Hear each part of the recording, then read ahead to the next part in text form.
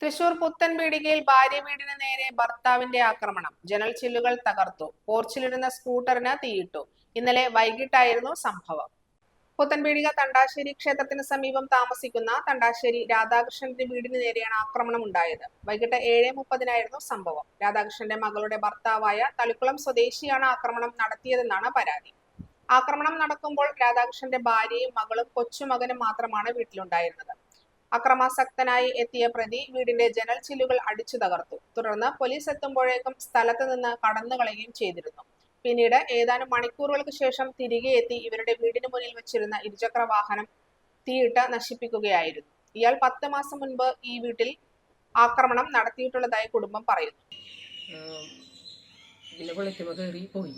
പിന്നെ അവിടെ നിന്ന് കുറച്ച് കഴിഞ്ഞപ്പോൾ ഒരു 10-15 മിനിറ്റ് കഴിഞ്ഞപ്പോൾ വീണ്ടും വന്നു. അപ്പം ഞങ്ങൾ ആ നേരത്തെ പോലീസിനെ വിളിച്ചു, ഇവിടെ വന്ന് നിൽക്കുമ്പോൾ തന്നെ. അപ്പം പക്ഷെ അപ്പോഴൊന്നും അവർ എത്തിയിരുന്നില്ല. അങ്ങനെയൊക്കെ പിന്നെ വന്നിട്ടാണ് ഗ്ലാസ് അടിച്ച് പൊട്ടിച്ചു, കടിച്ച് കൈമുറി എന്തൊക്കെയോ ചെയ്തിട്ടുണ്ട്. എന്നിട്ട് അപ്പുറത്ത് പോയിട്ട് ഈ റൂമിൻ്റെ 2 ഗ്ലാസ് അടിച്ച് പൊട്ടിച്ച് പോയിട്ട് അപ്പോഴും സാറുമാർ എത്തിയിരുന്നില്ല. പിന്നെ വണ്ടി എടുത്തിട്ട് പോവുകയാണ് ചെയ്തത്. അതും കഴിഞ്ഞ് കുറച്ച് കഴിഞ്ഞപ്പോൾ പോലീസുകാരെത്തി. അവർ ഫോട്ടോ എടുക്കുന്നതൊക്കെ ചെയ്ത് ഞങ്ങൾ എല്ലാ വിവരങ്ങളും ചോദിച്ചറിഞ്ഞിട്ട് പോയി.